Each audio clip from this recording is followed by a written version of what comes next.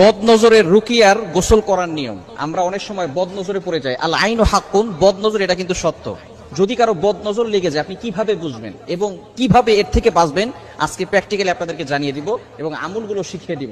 আল্লাহর প্রতি বিশ্বাস রেখে যদি আপনি পরিপূর্ণভাবে আমল করতে পারেন ইনশাআল্লাহ আল্লাহ তাআলা এই বদনজর থেকে আপনাকে হেফাজত করবেন। অনেক সময় দেখা যাচ্ছে সুস্থ মানুষ অসুস্থ হয়ে গেছে, আপনার ছোট বাচ্চা খুব সুন্দর করে হাসাহাসি করে, ছোট বাচ্চা খাওয়া দাওয়া ঠিক মতো করতেছে, হঠাৎ করে খাওয়া দাওয়া বন্ধ করে দিয়েছে, শরীর শুকিয়ে যাচ্ছে, মেয়েটা কথা শুনে না, অনেকের বিয়ে হচ্ছে না, এটা বদনজরের কারণে হতে পারে। কেননা আল আইনু হাক্কুন, বদনজর এটা সত্য। নবীজি সাল্লাল্লাহু আলাইহি ওয়াসাল্লামের জামানায় কিন্তু এরকম হয়েছিল।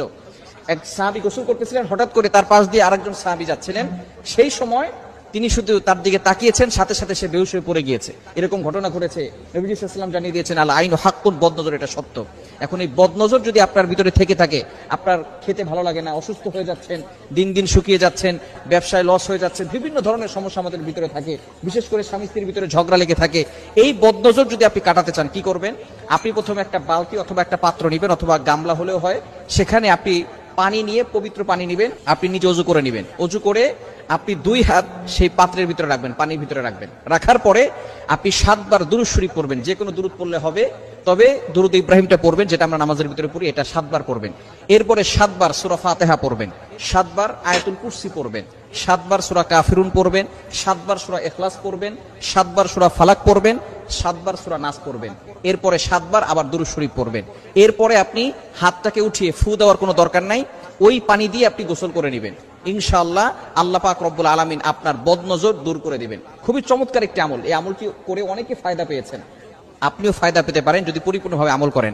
তবে অবশ্যই আমাদেরকে খেয়াল রাখতে হবে, টয়লেটের ভিতরে ঢুকে এই আমল করতে যাবেন না। বিশেষ করে বর্তমানে আমাদের প্রত্যেকটা ঘরের সাথে সাথে অ্যাটাচড টয়লেট, অ্যাটাচড বাথরুম হওয়ার কারণে দেখা যাচ্ছে যে আমরা ওইখানে গোসল করি, ওইখানেই টয়লেট করি।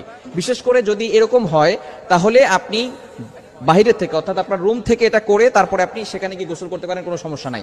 এই পানি দিয়ে গোসল করার পরে অন্য পানি দিয়েও আপনি গোসল করতে পারেন, কোনো সমস্যা হবে না। এভাবে যদি আপনি আমল করতে পারেন অবশ্যই আপনি আল্লাহর পক্ষ থেকে উপকার পাবেন এবং কোরআনের যে একটা মুজিজা আছে, কোরআনের যে পাওয়ার আছে, এটা আপনি সচক্ষে দেখতে পারবেন যে আল্লাহ পাক রব্বুল আলামিন আপনাকে সকল ধরনের বদনজর থেকে হেফাজত করবেন। আর আয়াতুল কুরসি, চারকুল, এগুলো 5 ওয়াক্ত নামাজের পরে আপনি পড়বেন। তাহলে কেউ ব্ল্যাক ম্যাজিক করে, জাদুটোনা করে আপনাকে কোনো ক্ষতি করতে পারবেন। অনেক সময় দেখবেন এই যে নামাজের পরে আপনি যদি আয়াতুল কুরসি না পড়েন তাহলে কিন্তু আপনি বিপদে পড়ে যেতে পারেন। কারণ আয়াতুল কুরসি হচ্ছে জিন বলেন, ব্ল্যাক ম্যাজিক বলেন, কুফরি কালাম বলেন, সবকিছুর বড় মহা ওষুধ। 5 ওয়াক্ত নামাজের পর আয়াতুল কুরসি পড়বো এবং বিশেষ করে ঘুমানোর সময় অজু করে ঘুমাবো আর আয়াতুল কুরসি, চারকুল, সূরা বাকারার শেষ 2 আয়াত এগুলো পড়ে ঘুমালে ইনশাআল্লাহ